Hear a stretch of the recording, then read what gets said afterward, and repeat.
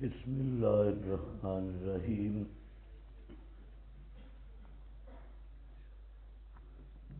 قال ربنا ظلمنا انفسنا وإن لم تغفر لنا وترحمنا لنكونن من الخاسرین۔ کہا آدم اور حوا نے ربنا، اے ہمارے پروردگار، ظلمنا انفسنا، ظلم کیا ہم نے اپنے اوپر، یعنی نقصان کیا ہم نے اپنا، وَإِن لَّمْ تَغْفِرْ لَنَا، اگر تو نے ہمیں معاف نہ کیا، وَتَرْحَمْنَا، اور ہم پر رحم نہ کیا، لَنَكُونَنَّ مِنَ الْخَاسِرِينَ، البتہ ضرور ہو جائیں گے ہم نقصان اٹھانے والوں سے۔ یہ استغفار آدم ہے، حضرت آدم علیہ السلام کی دعا اور استغفار۔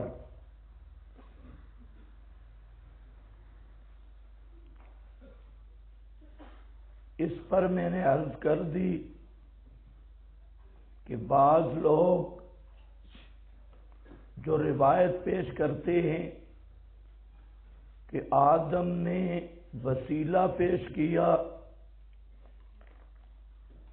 تب توبہ قبول ہوئی، تو یہ روایت موضوع ہے، جس کو امام ذہبی رحمہ اللہ نے تلخیص میں صاف لکھا موضوع، اور اس کا راوی ہے عبد الرحمن بن زید بن اسلم۔ اس کے متعلق سب محدثین لکھتے ہیں اجمعوا علی ضعفہ، اس کے ضعیف ہونے پر سب محدثین کا اجماع ہے۔ نیز یہ روایت قرآن کے صریح خلاف ہے۔ قرآن پاک نے حضرت آدم کی استغفار اور توبہ کے کلمات خود بیان کیے۔ اس پر تمام غالی اہل تشیع وہ کہتے ہیں 5 تن پاک کا وسیلہ پیش کیا، اور دوسرے اہل بدعت وہ کہتے ہیں نبی پاک علیہ السلام کا وسیلہ پیش کیا۔ یہ سب باتیں من گھڑت ہیں۔ قال اهبطوا بعضكم لبعض عدو، فرمایا اترو، بعض تمہارا بعض کا دشمن ہوگا۔ اہبطوا کا خطاب اولاد آدم سمیت ہے۔ اہبطوا اترو، سب کے سب، یعنی آدم اور اولاد آدم سب کو خطاب ہے اکٹھا۔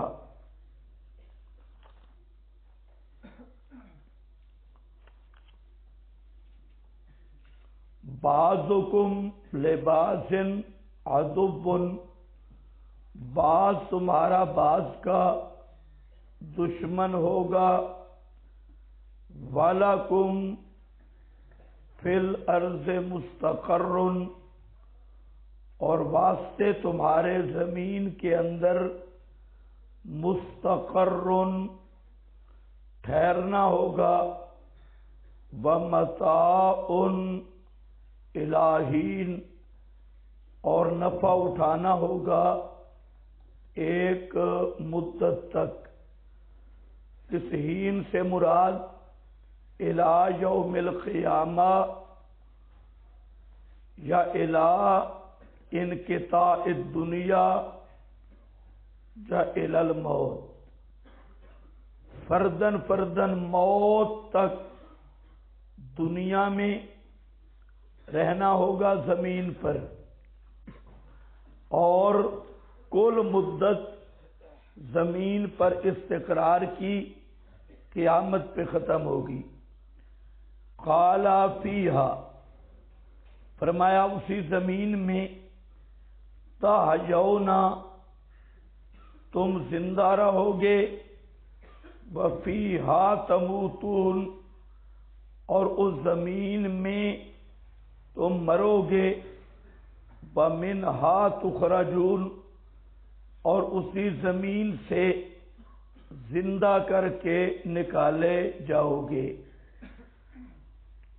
فرقہ مرزیہ قادیانی، یہ خطرناک ترین فتنہ ہے، فتنہ قادیانیہ، اور اس وقت پوری سازش کے ساتھ اس فتنہ کو پھیلایا جا رہا ہے سکول اور کالج میں اور دیگر اداروں میں، حکومت کی سرپرستی میں اس فرقہ کی آبیاری ہو رہی ہے ہر جگہ، اور اس کے کارندے دعوت اور تبلیغ انتہائی نرم لہجے کے لحاظ سے، شکل و صورت کے لحاظ سے، اور مالی قوت کے لحاظ سے ہر طرح کا لالچ اور مال بھی پیش کرتے ہیں، اپنے رشتے اور لڑکیاں بھی پیش کرتے ہیں، اور پوری زور و شور کے ساتھ یہ اپنی تبلیغ اور دعوت میں مصروف ہیں۔ بالخصوص نیٹ پر جتنی دعوت مرزائیہ کی ہے قادیانیوں کی، اتنی کسی فرقے کی دعوت نہیں۔ سب سے زیادہ غیر ممالک میں متحرک ہیں، اور پاکستان میں اندرون خانہ ہمارے علماء ایک بات کہتے ہیں کہ 1973 کے آئین میں قادیانیوں کو کافر قرار دیا گیا، تو اس پر یہ کہتے ہیں بہت بڑا کام ہوا، حالانکہ یہ کام بھی سیاسی وڈیروں کی منافقت تھی اور جمہوریت کا رنگ تھا۔ حالانکہ اسلام میں مرتد کی سزا قتل ہے، تو قادیانی فرقہ مرتد ہے، اس کی سزا قتل ہونی چاہیے تھی، لیکن بجائے قتل کے اس کو صرف کافر قرار دیا گیا، اور وہ بھی کاغذی طور پہ۔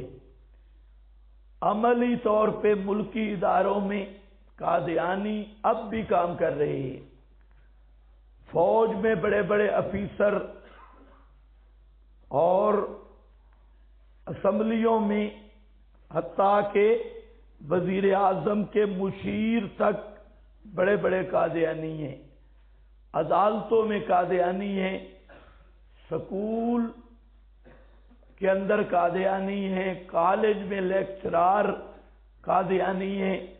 تو پھر کافر دلانے کا کیا مقصد ہے کہ کافر قرار دیا، اور اب تک قادیانیت پر پابندی پاکستان میں بھی نہیں لگ سکی، اسی طرح اپنی دعوت میں منہمک ہیں۔ تو مرزا قادیانی کی سب سے پہلی سیڑھی اور پہلا درجہ اس نے یہ اعلان کیا کہ حضرت عیسیٰ فوت ہو گئے، حضرت عیسیٰ علیہ السلام پہ موت آ گئی، لہذا یہ جو نزول مسیح کا عقیدہ ہے یہ عقیدہ کتاب و سنت کے خلاف ہے۔ یہاں سے اس نے کام شروع کیا۔ پھر اس نے کہا کہ حضرت عیسیٰ فوت ہو گئے، ان کی قبر کشمیر میں، وہاں کوئی قبر کا نشان بھی لایا کہ یہ حضرت عیسیٰ کی قبر ہے، اور پھر کہا کہ احادیث بکثرت موجود ہیں حضرت عیسیٰ کے نزول کی، متواتر احادیث ہیں۔ تو اس نے کہا کہ اس سے مراد عیسیٰ بنی اسرائیل نہیں، بلکہ اس سے مراد ہے مسیل مسیح، مسیل مسیح، حضرت عیسیٰ کی صفات والا کوئی آدمی ہوگا، وہ آئے گا۔ وہ پرانے حضرت عیسیٰ جو بنی اسرائیل کی طرف رسول تھے وہ تو فوت ہو گئے، اب وہ مسیح موعود کون ہے؟ تو کہتے ہیں وہ میں ہوں، مسیح موعود میں آ گیا۔ تو چونکہ حضرت عیسیٰ نبی بھی تھے اس لیے اس نے نبوت کا بھی دعویٰ کیا کہ میں نبی بھی ہوں، امتی بھی ہوں، رسول بھی ہوں، امتی بھی ہوں، اور وہی مسیل مسیح ہوں جن کے آنے کی خوشخبریاں بکثرت حدیث میں موجود ہیں۔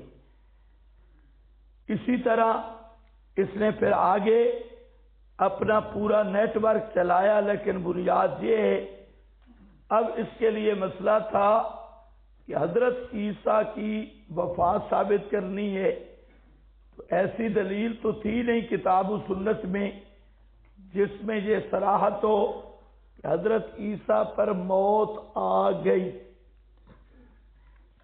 ایسی کوئی نص موجود نہیں تھی۔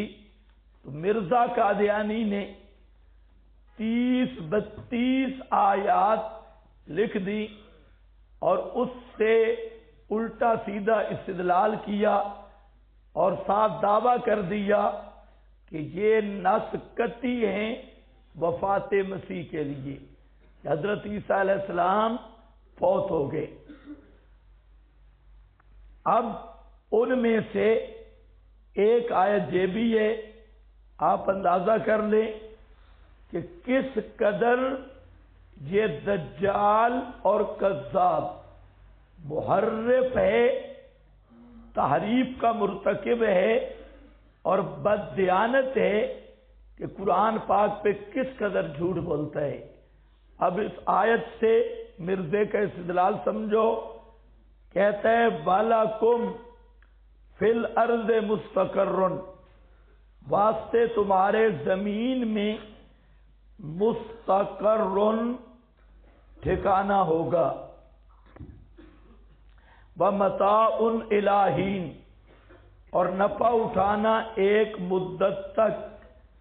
مرزا کا استدلال کہ اللہ تعالی نے انسانوں کے لیے زمین کو مستقر بنایا، تو حضرت عیسیٰ بھی انسان ہیں، ان کے لیے بھی مستقر زمین ہی ہو سکتی ہے۔ مسلمان جو کہتے ہیں کہ حضرت عیسیٰ آسمانوں پر ہیں، آسمانوں پر ہیں، تو وَلَكُمْ فِي الْأَرْضِ مُسْتَقَرٌّ کے خلاف ہے اس آیت کے۔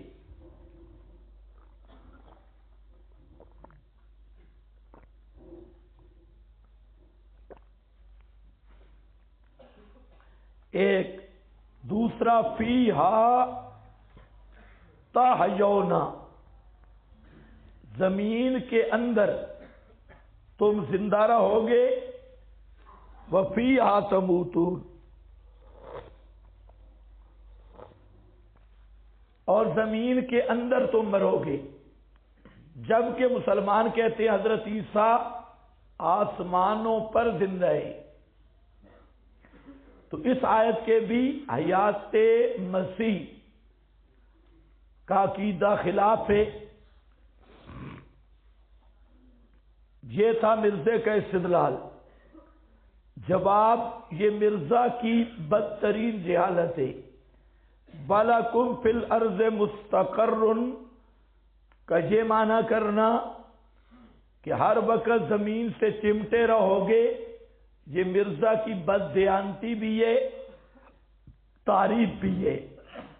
مستقر کا مطلب ہوتا ہے ٹھکانہ، لیکن اس کا یہ مطلب کس نے نکالا کہ ہر وقت زمین کے ساتھ چمٹے ہی رہو گے اور زمین کے اوپر بیٹھے ہی رہو گے۔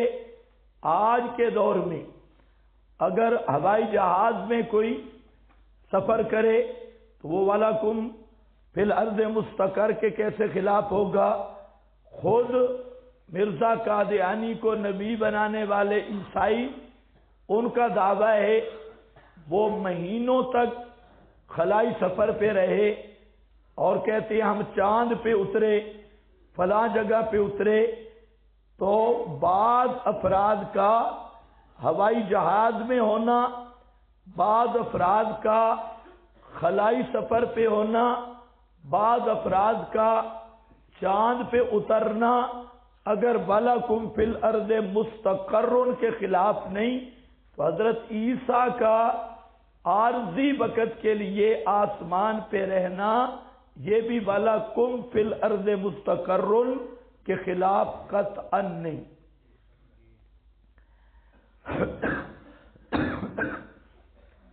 باقی رہ گیا فیہا تحیون وفیہا تموتون، بالکل صحیح ہے۔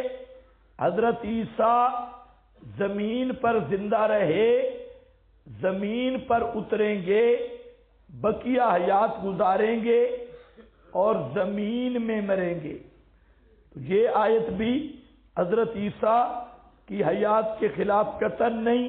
یہ تو تب ہوتا کہ ہم کہتے کہ حضرت عیسیٰ علیہ السلام وہ پیدا ہی آسمانوں میں ہوئے، رہے ہی آسمانوں میں، مرے ہی آسمانوں میں، یا ہم کہیں کہ حضرت عیسیٰ موت سے پاک ہیں تو پھر کوئی بات ہوتی تو حضرت عیسیٰ کی نزول کے بعد اسی زمین پر موت ہوگی۔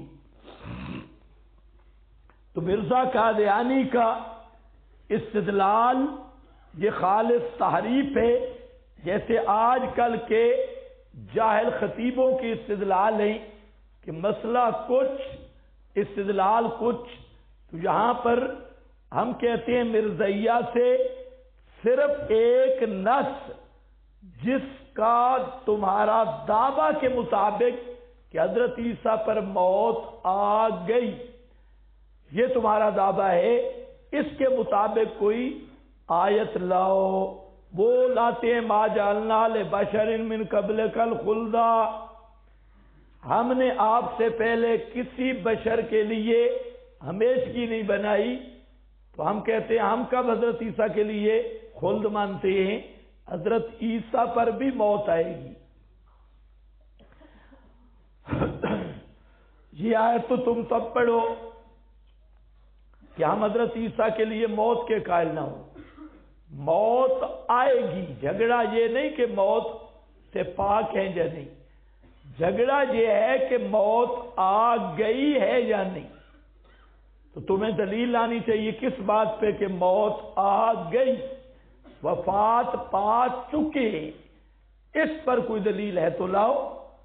آج پھر مرزائیت کے اثر سے کئی فرقے پیدا ہو گئے، وہ ابو الخیر ازدی کا ملتانی فتنہ، اس طرح کے اور بہت سارے جنہوں نے حیات مسیح کا انکار کرنا شروع کر دیا۔ تو بہرحال وہ بھی مرزا قادیانی کے چبائے ہوئے لقمے وہ استعمال کرتے ہیں، نئی کوئی بات نہیں۔ یا بنی آدم، اے اولاد آدم، یا بنی آدم، ہاں بھئی اس پر فائدہ کدھر ہے مستقرن پر؟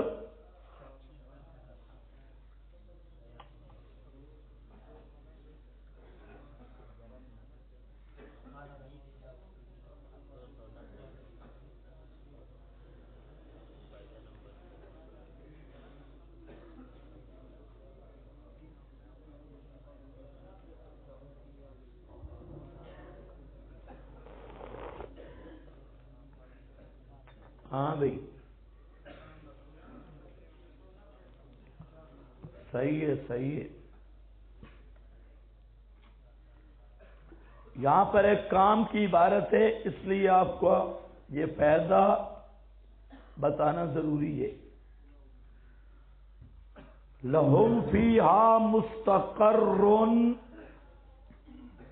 فی حیاتہم علی ظہرہا، ان کے لیے مستقر ہے ان کی حیات میں علی ظہرہا، زمین کی پیٹھ، وبعد وفاتہم فی بطنہا، اور وفات کے بعد زمین کا بطن ایک، کما کالا، جیسے اللہ نے فرمایا الم نجعل الارض کفاتا احیاء و امواتا۔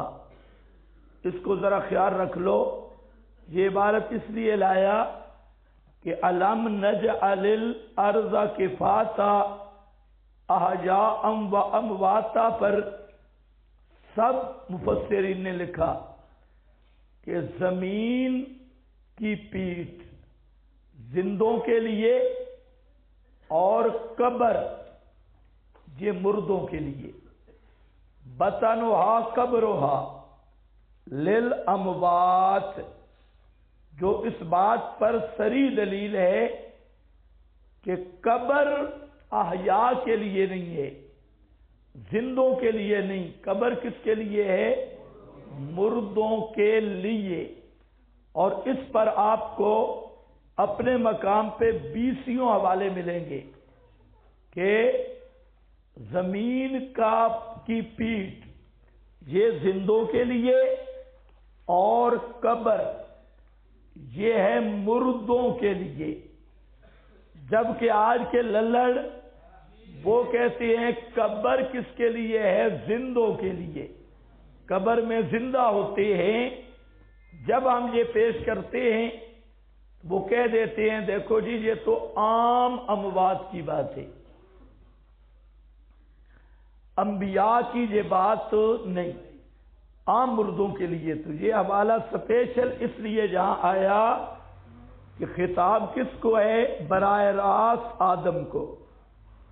وَلَكُمْ فِي الْأَرْضِ مُسْتَقَرٌّ، اور اولاد آدم کو، یہ صرف عام مردوں کے لیے نہیں بلکہ آدم، اولاد آدم سب کا قانون ہے، اور آدم خود نبی ہے، باقی سب انبیاء اولاد آدم میں سے ہیں۔ تو ان اہل بدعت کا یہ کہنا کہ یہ صرف کس کے لیے ہے؟ عام مردوں کے لیے ہے، انبیاء کے لیے نہیں، تو اس کے لیے یہ خاص حوالہ یاد رکھنا کہ لہم فیہا مستقرٌ فی حیاتہم علی ظہرہا وبعد وفاتہم فی بطنہا، کما قال جل ثناؤہ الم نجعل الارض کفاتا احیاء و امواتا۔ یہ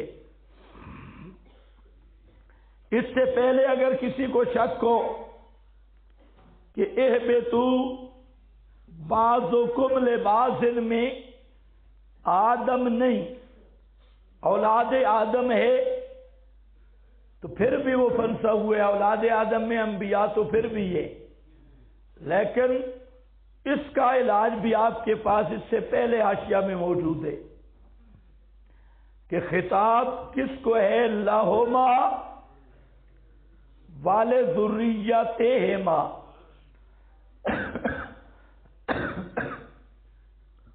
اس میں ایک اور فائدہ بھی ہے،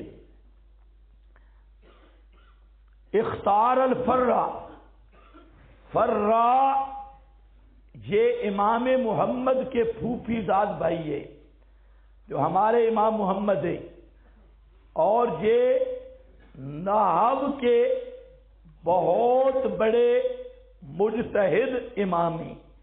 فرماتے ہیں یہ خطاب آدم حوا کو والے ذریتہما اور ان کی اولاد کو ہے، وفیہ خطاب المعدوم، اور اس میں خطاب معدوم کو ہے، وقیل انہ لہما فقط، بعض نے کہا صرف آدم کو ہے کیونکہ لقولہ سبحانہ قال بیتا منہا جمیعا، سورہ طٰہٰ میں وہاں پر اہبتا تثنیہ ہے، تو اس لیے جمع کا خطاب بھی کس کو ہے؟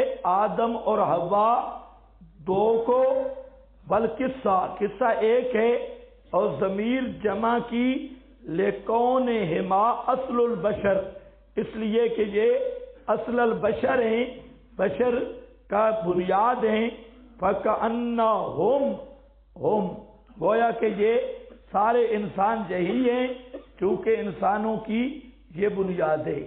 تو کیا بات آپ سمجھے کہ یہ جو خطاب ہے اہبتو کا، اس کی دو تقریریں ہیں۔ ایک تقریر یہ ہے کہ یہ آدم حوا اور ان کی ذریت سب کو خطاب ہے، اور دوسرا یہ کہ یہ خطاب صرف آدم اور حوا کو ہے اور ذریت مراد نہیں، یہ بھی ایک قول ہے، لیکن بہتر یہ ہے کہ اہبتو کا خطاب عام رکھو، کیونکہ آگے آ رہا ہے بعضکم لبعض عدو، یہ قرینہ ہے کہ یہ خطاب عام ہے۔ اور خطاب عام کی صورت میں ایک بات جو آپ کو بتانا چاہتا ہوں وہ یہ ہے کہ آپ کو بھی خطاب ہے اہبتو کا، قیامت تک آنے والوں کو خطاب ہے۔ تو جب یہ خطاب ہوا تو آپ وہاں موجود تھے، سن رہے تھے؟ سوچ لو، کسی صوفی نے سنا ہو تو بتا دے۔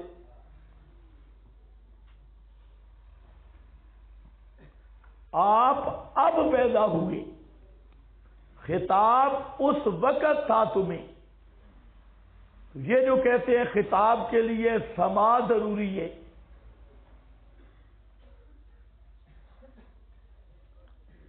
سننا ضروری ہے، نہیں تو دیواروں کو خطاب ہوگا۔ تو یہ نہیں پتا کہ عرب والے دیواروں کو بھی خطاب کرتے ہیں، دیواروں کو خطاب ہو تب کیا؟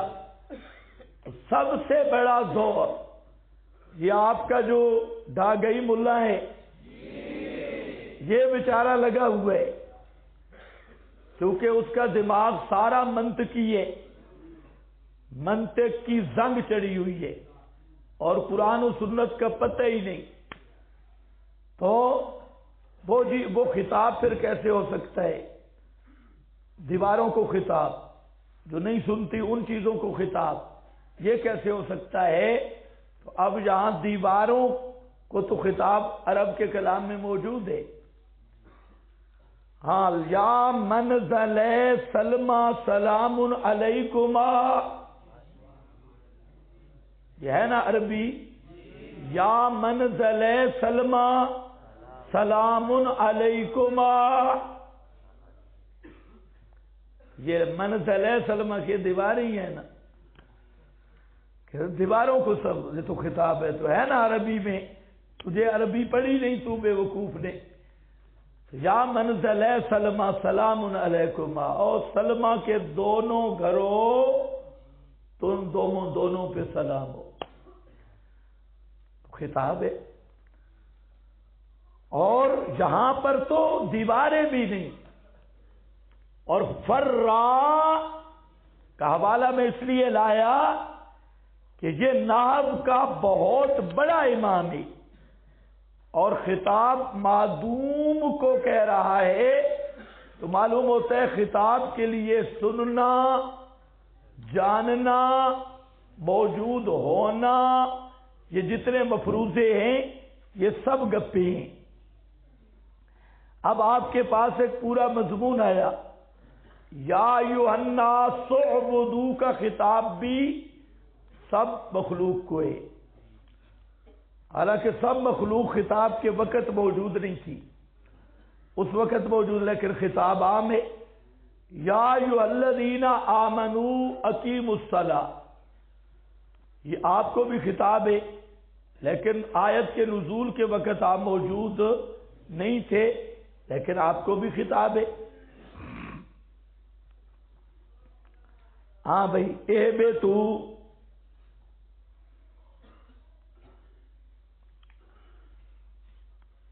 یا بنی آدم، اے بنی آدم.